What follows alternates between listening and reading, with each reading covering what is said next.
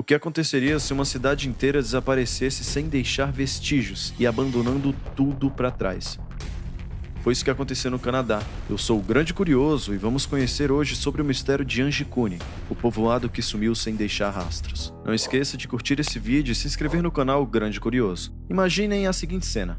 Você é um caçador que tem o costume de passear próximo ao lago de Anjikuni para procurar suas caças. É novembro de 1930 e você já conhece um vilarejo que tem próximo ao lago. Então, já cansado, com fome e sede, você decide retornar ao vilarejo que você conhecia para procurar um pouco de alimento. Se você conseguiu imaginar tudo isso, você se colocou na pele de Joe Labelle, que era o caçador que caçava próximo ao lago de Anjikuni. Ele já conhecia esse vilarejo, só que na hora que ele chegou lá, uma coisa muito estranha aconteceu.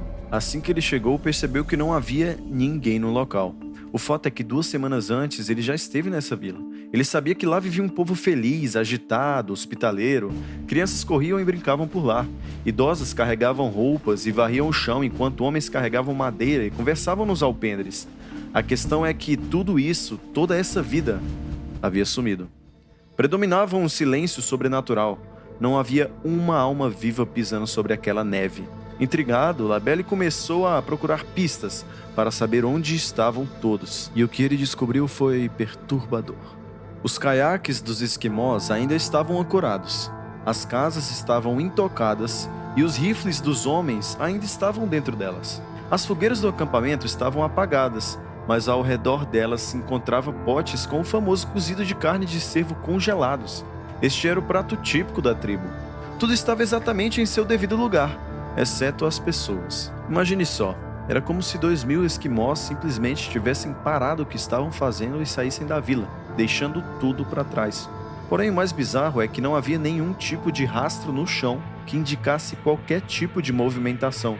Apavorado então, Labelle foi até o escritório telegráfico e chamou a ajuda da Real Polícia Montada do Canadá.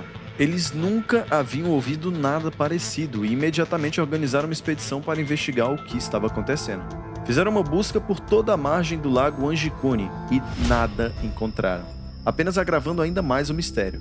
Ao analisar o acampamento mais uma vez, descobriram que o que aconteceu ali não era nada natural. Olha só, primeiramente eles encontraram os trenós que os cachorros puxavam, e próximo aos trenós estavam os cadáveres dos huskies que haviam morrido de inanição. O segundo e terrível fato foi terem descoberto que as sepulturas dos ancestrais da tribo haviam sido profanadas e seus restos mortais simplesmente sumiram, assim como toda a civilização. O intrigante é que os esquimós jamais deixariam seus fiéis amigos de 4 patas morrerem desta forma, sendo deixados à própria sorte. Outra coisa que perturba muito quem pensa no caso é que, segundo as tradições daquela tribo em específico, seria inaceitável profanar ou invadir qualquer tipo de tumba, ainda mais de seus ancestrais.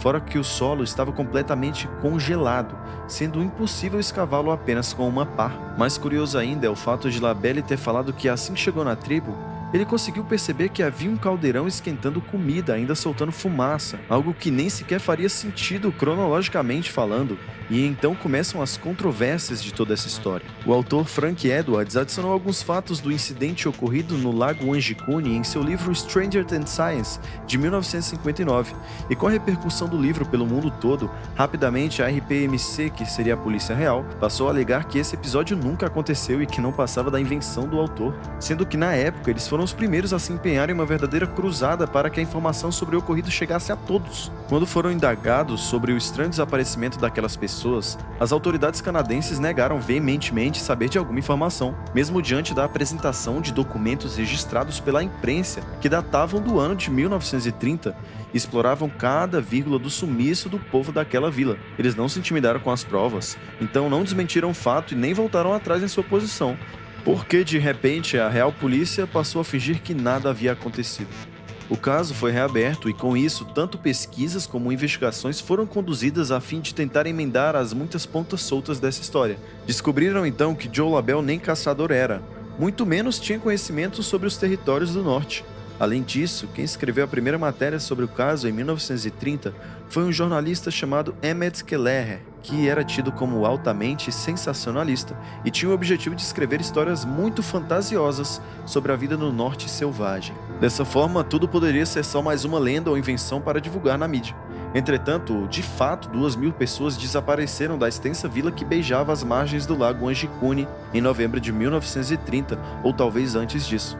Absolutamente tudo foi deixado para trás, até mesmo o básico, comidas e armas. Embora o povo inuit fosse nômade, e então a situação bem poderia se remeter a um abandono sazonal, nada justificaria a maneira como aconteceu. Parece que eles foram tragados para outra dimensão, abduzidos por uma força extraterrestre, ou até mesmo afugentados por algo de natureza maligna. O que aconteceu de fato ainda não tem uma explicação. Mas qual seria a sua teoria sobre o que aconteceu com o povo inuit que ficava às margens do lago Angicune? Olha, eu particularmente acredito que eles tenham sido afugentados por um bando animal, como por exemplo uma alcateia de lobos.